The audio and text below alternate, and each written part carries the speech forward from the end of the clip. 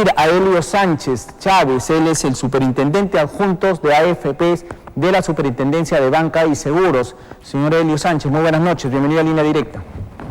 Muy buenas noches, señor Carlos Urcia. Buenas noches, muchísimas gracias por la invitación.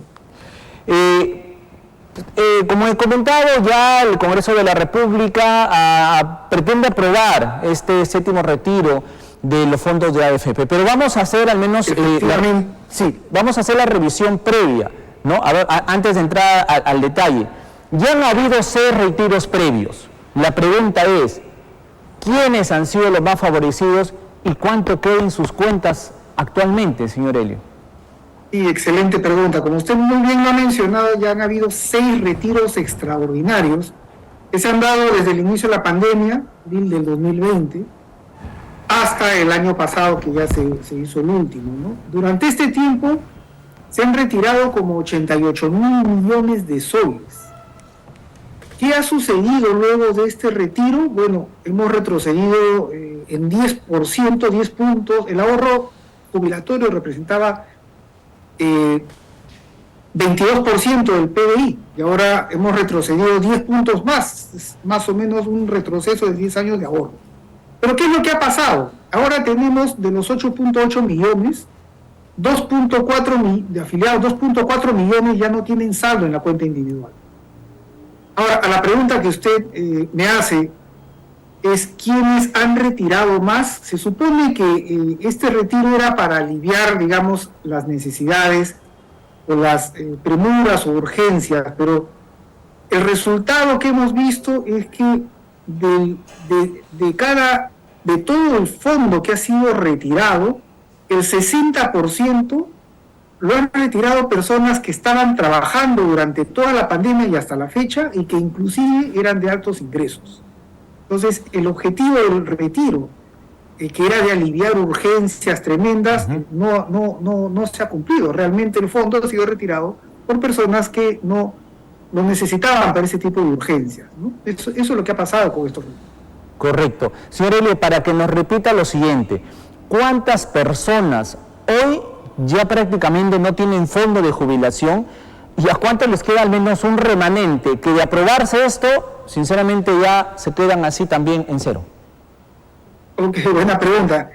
Le comento, mire, 2.410.000 afiliados ya no tienen dinero en la cuenta individual, ¿no? Y con una medida como esta, ya sea de 3 UITs, 4 UITs, la UIT está en más o menos 4.950, solo 4.6 millones podrían retirar una UIT. Entonces estamos hablando de una medida que se ha planteado como aconteció, digamos, como sucedió en los retiros anteriores, colocando la cifra de 4 UITs o 3 UITs, cuando realmente 4.6 millones de afiliados solo pueden retirar una UIT. Y las personas que podrían retirar, estamos hablando de alrededor de 6 millones de personas, ¿no? Entonces la gran mayoría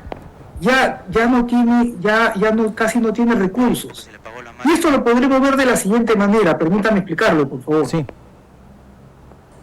Adelante. De los retiros que se han dado, tenemos un retiro que se dio en mayo de 3 UITs y después los otros fueron de 4 UITs, 3 retiros de 4 UITs.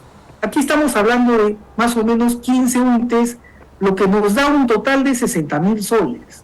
Entonces, una persona que supuestamente había ahorrado poco o no estaba trabajando, ha podido retirar 60.000 soles desde el 2020 hasta la fecha, hasta el 2022 en todo caso, que fue el último retiro. Entonces 60.000 soles no es una cifra menor. Entonces ya ha agotado este grupo de personas que estaba en esa necesidad, ya ha agotado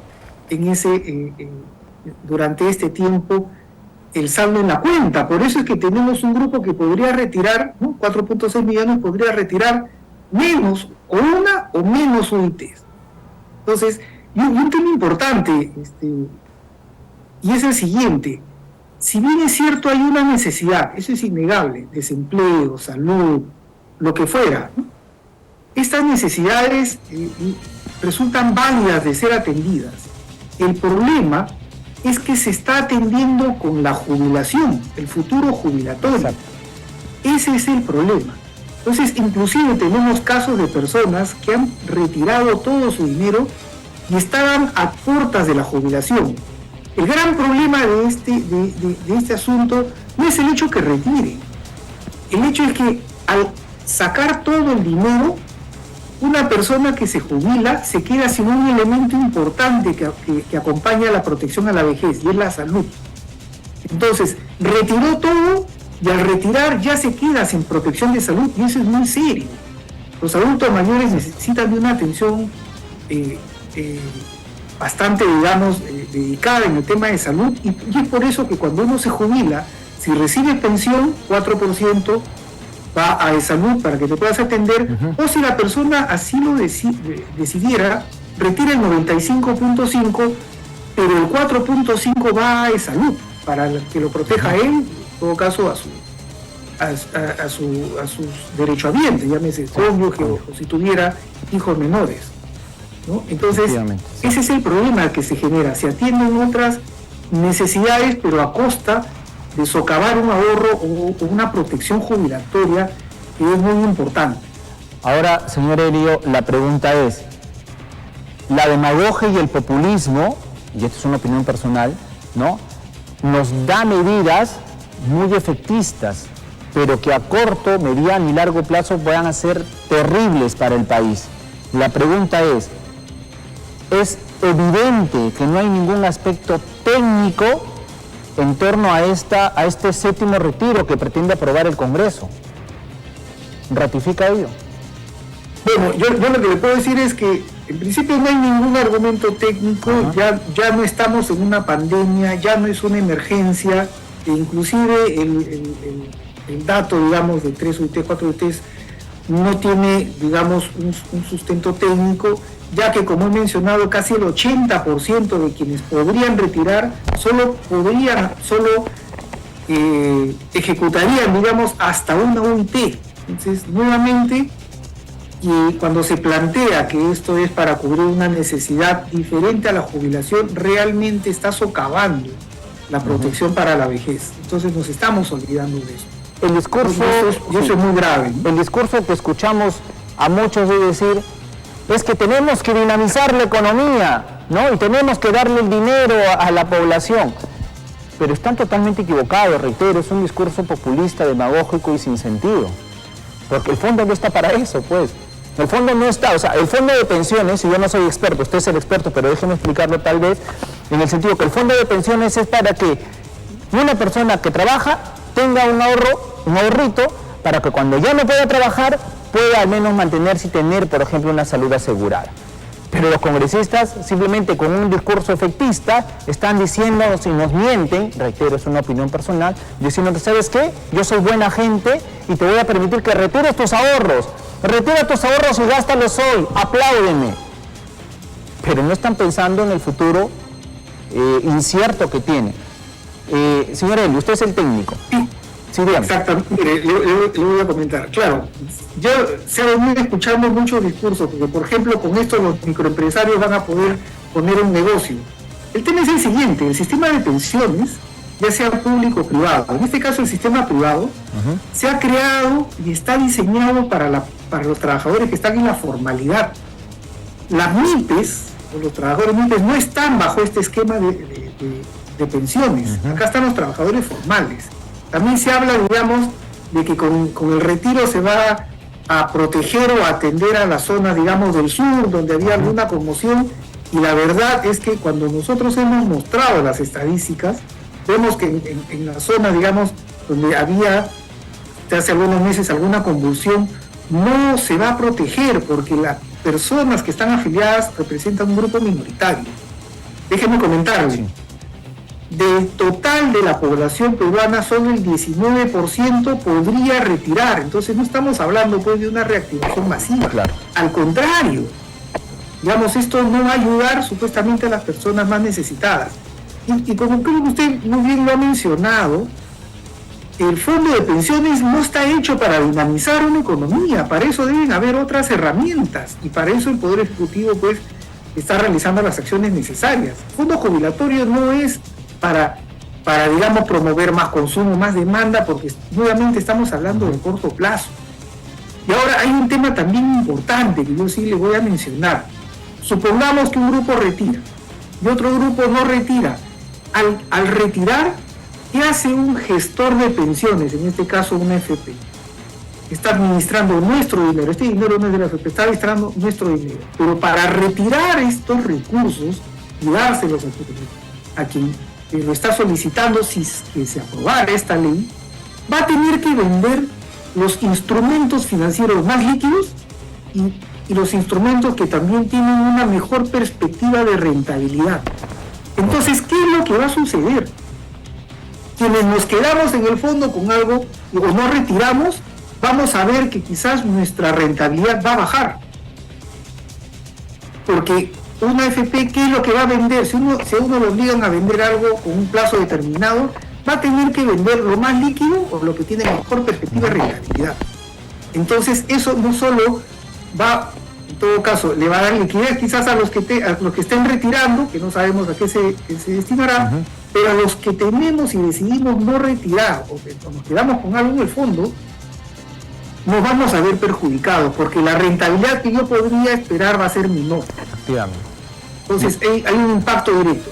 Si lo retiran personas también, y eso lo mencionó el Banco Central de Reserva, también podría generar una presión inflacionaria, porque la mayor parte, nuevamente, en este caso, de aprobarse una medida como 4 ITs, el 63% del fondo lo retirarían personas que están trabajando. Entonces eso, según el banco, podría generar inclusive una presión inflacionaria. Entonces eso de que se va a reactivar la economía con un retiro no es precisamente lo más cierto, ¿no? Estamos acabando con el sistema jubilatorio, lamentablemente, en nuestro país. Para terminar, señor Elio Sánchez, se hablaba de una reforma pensionaria, una reforma en las pensiones. Y esto, o sea, la reforma, lo que podría regular, mejorar el sistema, está en manos del Congreso. Pero ¿cómo van a poder, o sea, regular algo si lo están prácticamente ya llevando a la quiebra, lo están destruyendo, están que nos dejan sin sistema jubilatorio? La reforma es necesaria, pero de la manera en que está manejándose por el Congreso es muy difícil llegar a cualquier reforma que al menos satisfaga a los peruanos, ¿no?